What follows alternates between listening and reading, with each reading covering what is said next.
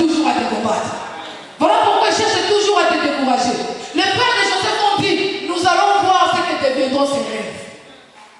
Alléluia. Dans leur complot, ils se sont finalement dit non, c'est quand même notre frère. N'ayons pas son sang dans nos mains. Nous allons le jeter dans une citerne là-bas où il pourra mourir tout seul. Comme ça, nous, on n'aurait pas son sang dans nos mains. Ils l'ont jeté dans une citerne. Et après, ils ont vu les marchands d'esclaves passer. Ils se sont dit, oh, mais nous l'avons jeté, qu'est-ce que nous avons gagné? Or, si nous le vendons, nous allons avoir l'argent et avec l'argent, on pourra faire autre chose. Alléluia. Ils se sont décidés, ils ont vendu Joseph. Joseph se retrouve esclave. Et parce qu'ils savaient que leur père aimait beaucoup Joseph, ils se sont dit comment annoncer la disparition de Joseph. Nous allons faire quelque chose. Nous allons faire croire à notre père quelle bête féroce l'a dévoré. Comme ça, c'est notre père qui sera culpabilisé. Parce que c'est lui qui a envoyé Joseph à notre rencontre. Ils ont tué un animal. Ils ont pris le sang de l'animal, ils ont trempé la tunique avec du sang de l'animal. Et ils ont envoyé ça à leur père. Avec toute l'hypocrisie du monde, reconnais si c'est vraiment les tuniques que tu as données à ton fils. Alléluia. Jacob qui regarde les tuniques pleines de sang, il se dit, oh, certainement mon fils Joseph est mort. Certainement mon fils a été dévoré par une bête féroce. Et la Bible dit toute sa vie, il resta dans les deuils. Mais je me suis posé la question. Lorsque Joseph lui avait dit que j'ai vu 11 gerbes se prosterner devant moi, j'ai vu la ligne des 11 étoiles et le soleil se prosterner devant toi, il avait gardé ça en souvenir. Mais comment ça se fait que ce jour-là, parce qu'il a vu le sang, parce qu'il a vu la tunique, qu'il puisse perdre espoir? Et je suis désolé pour Jacob. Les experts n'existaient pas à ce moment. Il n'y avait pas de laboratoire sophistiqué pour pouvoir tester et confirmer que c'était vraiment le sang de Jacob. Je suis désolé pour Jacob. Pour si c'était le sang de Joseph, pardon. Je suis désolé pour Jacob. Il s'était contenté à regarder le sang sur le tunique et à pleurer de tous les larmes de son corps et à rester dans les deuils toute sa vie, soit disant que mon fils est mort. Oh bien-aimé, c'est que l'image que le monde veut te coller, l'image que le diable fait passer de toi par les hommes, oui, les gens peuvent croire à ça.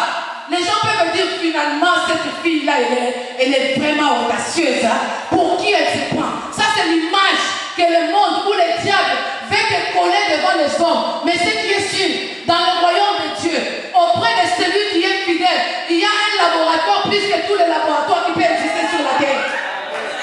Quand on t'accuse des choses que tu ne fais pas, des choses que tu n'es pas, Dieu t'est en témoin. C'est lui seul qui peut témoigner ce que tu es réellement. Parce que l'homme regarde ce qui frappe aux yeux. Mais nous avons un Dieu fidèle qui sonde le cœur et les reins, qui sait réellement ce que tu es.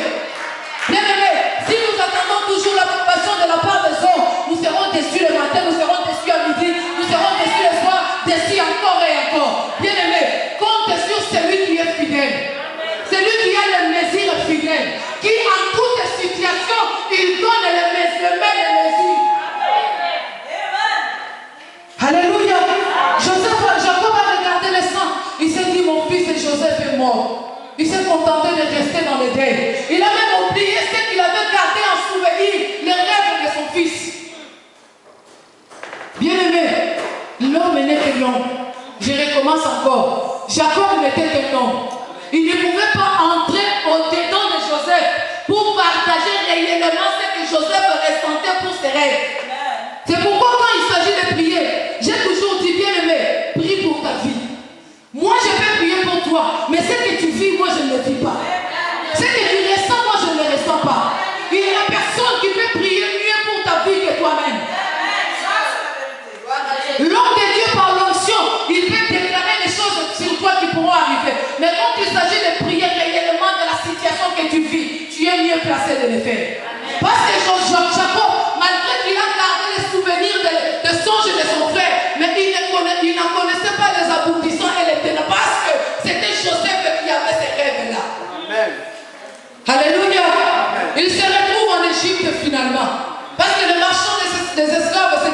l'Égypte. Ils arrivent à l'Égypte, ils se sont dit, mais bon, esclaves, qu'est-ce que nous allons en faire? Nous sommes des commerçants, nous l'avons acheté, vendons-les, comme ça nous allons faire des bénéfices. Et ils allaient trouver Potiphar. Potiphar achète Joseph, et Joseph devient esclave dans la maison de Potiphar. La Bible dit, dès que Joseph est entré dans la maison de Potiphar, l'Éternel Dieu a béni la maison de Potiphar. Tout ce que Potiphar faisait réussissait parce que Joseph était là. Et finalement, Potiphar a réalisé, non, cet homme-là, il n'est pas un homme comme les autres. Donc, je vais lui confier la gestion de tous mes biens. Potiphar a laissé à Joseph la gestion de tous ses biens, de sa maison, de ses affaires, de ses entreprises. Tout ce qui était à Potiphar, c'est Joseph qui le gérait à part sa femme. Bien aimé, Joseph pouvait se contenter de dire, voilà, je suis arrivé. J'ai maintenant la gloire. Parce que dans la maison de Potiphar, il dirigeait les esclaves. Dans la maison de Potiphar, il avait les hommes à son service. Dans la maison de Potiphar, il donnait des ordres. Il pouvait s'en contenter. Mais il savait une chose. Dans mon rêve, j'ai vu les chefs de mes frères qui se prosternaient devant ma chair. Ce n'étaient pas les étrangers. Joseph a gardé sa tête froide. Il continuait à craindre l'Éternel. Il continuait à s'accrocher aux paroles de l'Éternel. Bien aimé, aujourd'hui, beaucoup ont raté les objectifs de leur vie parce qu'ils se sont contentés de miettes. Alléluia. Dieu ne t'a fait que goûter les délices à venir. Mais tu t'es contenté de ça. Tu te dis, voilà, je suis bien, ça suffit pour moi. Oh, gloire à Dieu, je suis béni. Non, ce n'est pas à cela que Dieu t'a appelé. Tu es encore dans la maison de Potiphar. Tu dois sortir de là parce que le trône d'Égypte t'attend. Alléluia. Est-ce que tu m'as entendu parler? J'ai parlé du trône. Le trône t'attend. Ne te contente pas de la maison de Potiphar. Les ordres que tu donnes aux serviteurs de Potiphar n'est pas suffisant. Parce que tu vas donner les ordres aux officiers égyptiens. Alléluia. C'est les choses qu'il n'avait pas droit de toucher. C'est ce qui a été l'obstacle de sa vie. La femme de Potiphar commença à envier sa vie. Il était tellement beau, il était tellement élégant que la femme de Potiphar tomba sur ses chars. Et comme Joseph craignait Dieu, il ne voulut pas céder. La femme de Potiphar l'accusa à tort. Et finalement, Joseph se retrouve en prison. Bien aimé, hier tu avais une belle vie. Hier tu étais bien dans ta peau. Hier tes affaires réussissaient. Mais aujourd'hui tu commences à te poser des questions. Qu'est-ce qui m'arrive? Laisse-moi t'annoncer. Tu étais dans la maison de Potiphar. Mais pour arriver devant Pharaon, tu dois passer par la prison. Alléluia. Potiphar se réjouissait tellement de la présence de Joseph dans sa maison qu'il n'allait le céder pour rien au monde. Pour sortir de la maison de Potiphar, il a fallu l'intervention de Dieu. Aujourd'hui, on peut accuser la femme de Potiphar, mais laisse-moi te dire que c'était dans le plan de Dieu. Il a fallu que Joseph se retrouve en prison pour que de la prison, il aille devant le Pharaon. Bien aimé, ne t'inquiète pas. Si peut-être aujourd'hui tu es dans la prison, alors que hier tu étais dans la maison de Potiphar, là où tu donnais des ordres, là où tout semblait marcher, là où tout te souriait, et aujourd'hui tu te retrouves en prison, prépare-toi à aller devant Pharaon. Et dans la prison, Joseph se retrouve encore au maître de la prison. C'est lui qui dirigeait et qui coordonnait tout dans la prison. Et un jour, Pharaon, qui se réveille de mauvaise humeur, il prend deux de ses serviteurs et les jette en prison. Ceux qui ont fait ça, c'est Pharaon le connaît. Alléluia. Oh, si je pouvais avoir l'onction du grand-père de la vie, pour ne pas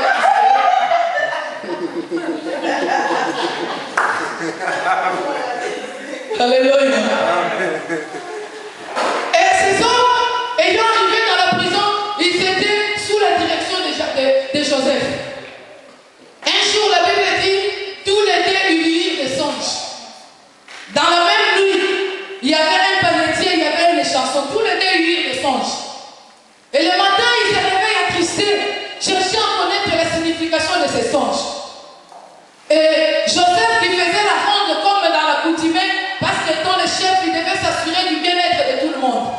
Il arrive, il trouve les panetiers et les chansons du roi attristés. Il leur pose des questions, mais pourquoi vous avez si mauvaise mine? Ils lui ont dit, écoutez, nous avons fait des songes que ça nous trouble un peu, on cherche à connaître la signification. Joseph lui a dit, moi j'ai un Dieu sage au-dessus de tous les sages. Un Dieu capable de sonder le cœur et le rein. Ce Dieu-là, il a le pouvoir de vous donner la signification de vos songes. Le premier lui raconte, voilà, moi dans la nuit, j'ai rêvé de ceci, de cela. Et Joseph lui donne l'interprétation, il lui dit, voilà, puisque tu as rêvé que tu remettais la coupe de vin dans la main du pharaon et que cela venait de trois, comment on appelle ça? Le bouquet, on peut dire bouquet? Les raisins, mais quand c'est coupé comme ça, on appelle ça? Les grappes. Ah, merci les Français. Voilà, et Joseph lui dit, dans 3 jours, le pharaon va te rétablir dans tes fonctions. Et le panetier lui dit, voilà, moi aussi, dans mon songe, voilà, il y avait ceci, il y avait cela. J'avais un plateau sur la tête et 3 oiseaux venaient manger le pain qui était dans le plateau qui était sur ma tête. Joseph lui dit, pour toi, je suis désolé. Parce que dans 3 jours, pharaon va te couper la tête. Et 3 jours après, c'était l'anniversaire de Pharaon. Pharaon devait célébrer son anniversaire. Et comme un roi, il avait le droit de tout faire. Il y pensa à les chansons et il les rétablit dans ses fonctions comme avait dit Joseph. Et comme il avait besoin de tuer quelqu'un pour se faire plaisir, il décida de tuer le panetier. Et on lui coupa la tête. Et pendant qu'on rétablissait les chansons dans ses fonctions, Joseph lui dit, puisque tu vas réintégrer tes fonctions auprès du pharaon, ne m'oublie pas. Souviens-toi de moi. Parle du bien de moi devant le pharaon. Mais la Bible dit, dès que les chansons ont franchi les portes de prison, il oublia Joseph. L'homme n'est que l'homme. Maudit soit celui qui se confie à l'homme. Les secours de Joseph ne pouvaient pas venir de les chansons. Les secours de Joseph ne pouvaient pas venir de l'homme. Parce que c'est lui qui avait fait la promesse qu'il est fidèle. Il ne pouvait compter que sur la fidélité de Dieu. Pas sur l'homme. Parce que les chansons l'ont oublié. Il est parti, il s'est rétabli dans ses fonctions, il a tout oublié. Et la Bible dit, 2 ans après, je me demande quel cœur avait cet homme-là. Il ne pouvait même pas partager cela, même pas avec son collègue dans la maison de roi. 2 ans après, il a dit ça à personne. Que quand pour sortir de la prison, j'ai dû avoir un songe. Et quelqu'un a interprété ce songe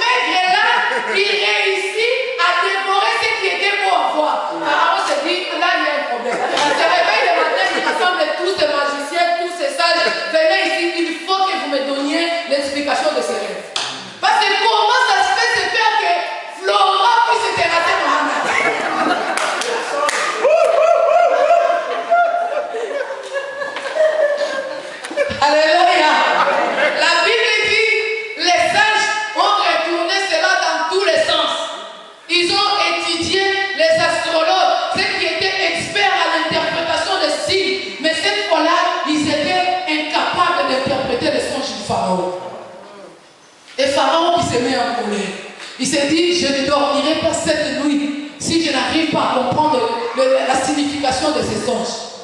Et c'est à ce moment-là que les pauvres chansons se souviennent. 2 ans plus tard. Pharaon, excuse-moi, je ne t'ai jamais dit. Mais quand tu m'as mis en prison, j'étais en compagnie de quelqu'un. Tu sais, pour que je sorte de la prison, je le savais déjà. Pharaon dit quoi? Comment ça tu le savais? Oui, je le savais parce que quelqu'un m'a dit. Ah bon? Quelqu'un t'a dit que j'allais te sortir de la prison? Non, mais moi je n'ai dit ça à personne. Il dit oui, la nuit, 3 jours avant, j'ai eu un songe la nuit. Voilà ce qui était mon songe. Et dans ce songe-là, il y a quelqu'un qui a interprété ça. Il m'a dit, dans 3 jours, tu allais me rétablir dans mes fonctions. Et 3 jours après, tu m'as rétabli.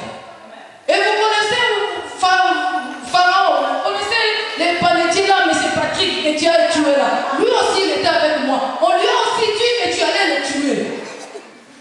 Pharaon dit, bon d'accord, allez me chercher cet homme-là. Et vous savez ce que les chansons ont précisé?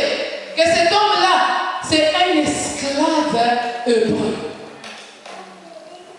Pharaon qui se dit, je m'en fous. Qu'il soit hébreu, vietnamien, pakistanais, je m'en fous. J'ai besoin de la signification de mes songes. Joseph, finalement, qui sort de la prison et qui se retrouve devant le Pharaon. Pharaon lui raconte, écoute, ce que j'ai eu, ce que j'ai vu dans mon songe, il y avait ceci, il y avait cela. Et nous allons lire ça. Amen.